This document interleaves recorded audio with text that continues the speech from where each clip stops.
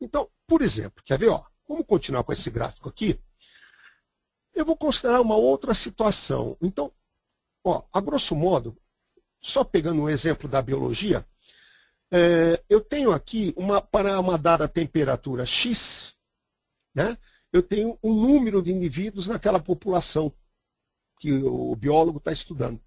Aí houve uma variação de temperatura ΔX, portanto agora a temperatura é X mais ΔX, e consequentemente a população vai ter um número aqui que é função desse X mais ΔX de acordo com essa curva aqui.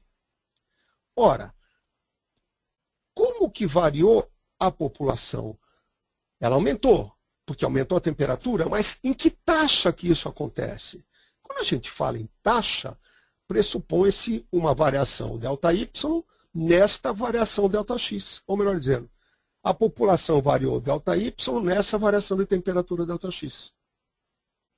Como é que eu relaciono os dois? Como é que eu obtenho essa taxa de variação da população Y com a temperatura ΔX? Ou, no caso da economia, qual foi a variação do lucro em função da variação da produção? Tá? Eu estou falando bem genérico.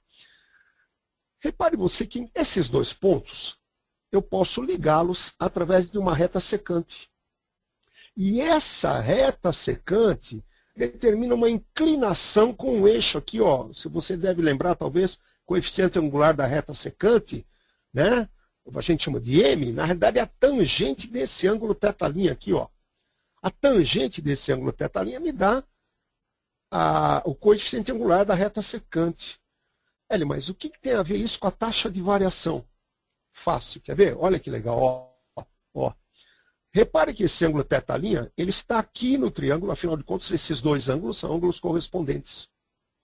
E eu falei que a tangente, o coeficiente angular da reta, é a tangente, é que vai te dar a taxa de variação média. Por quê?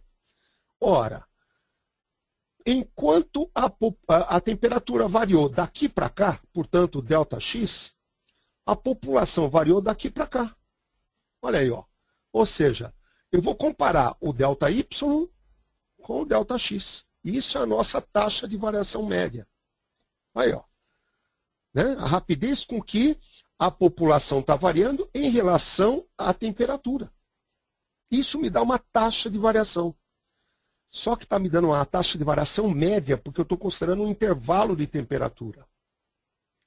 Aí eu pergunto a vocês,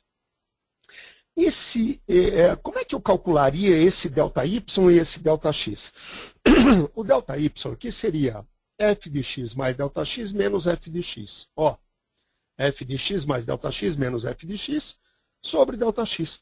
Esta fração é uma razão, é chamada de razão incremental. Incremento quer dizer acréscimo. Então vamos interpretar essa fração. Quanto que acresce a população comparativamente com o acréscimo da temperatura. Por isso, razão incremental, incremento, acréscimo. Mas espera aí. E a derivada, Hélio? Agora que vem a malandragem. Eu queria que você ficasse prestando atenção agora. Ó, porque, ó, se eu calcular essa fração, eu vou ter a taxa de variação média.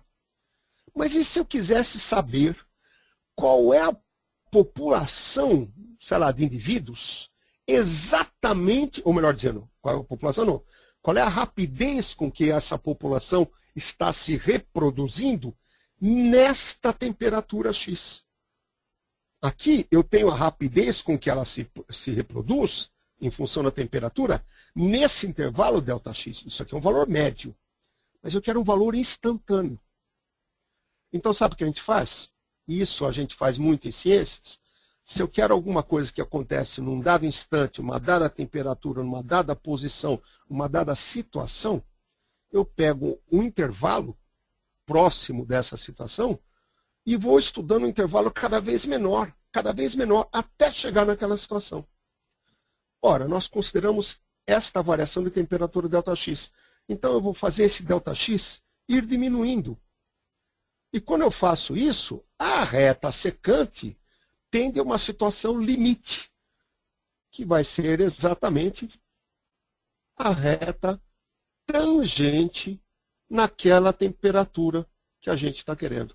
Ou seja, o que a gente fez? De coeficiente de reta secante passamos para coeficiente de reta tangente. Para isso, eu fiz o nosso ΔX tender a zero. Né? Ó, eu vou voltar à animação só para você perceber que o ΔX aqui está diminuindo, ele está tendendo a zero. Olha aí, está diminuindo o ΔX. Então, se eu tenho a taxa de variação média, eu posso tranquilamente fazer ela tender a zero. Certo? Tá todo mundo me ouvindo bem aqui? Ó? Tem algum problema de áudio? Sem problema, pode seguir. Sem problema? Tá bom. Continuando então, pessoal, olha. O que vai acontecer? Eu fiz o ΔX tender a zero, numa situação limite. Então agora que a gente entra com um conceito importante de derivada. A derivada nada mais é do que o limite daquela razão média, daquela razão incremental, da taxa de variação, quando eu faço a variação de uma das grandezas, no caso o ΔX, tender a zero. Ou, digamos assim, isso daqui é a interpretação geométrica da derivada. Derivar uma função é determinar com que rapidez que essa função varia em relação a uma variável x qualquer, não, uma outra variável, no decorrer do tempo, por exemplo. Né? Aí, isso daqui pode ser assim, mas por que a gente fala função derivada de uma função? Porque vai ser uma função. Devido à curvatura do gráfico, você pode perceber que para cada valor de x, para esta temperatura, eu tinha esta inclinação. Portanto, eu tinha uma tangente. Para uma outra temperatura, eu vou ter uma outra reta tangente, uma outra inclinação.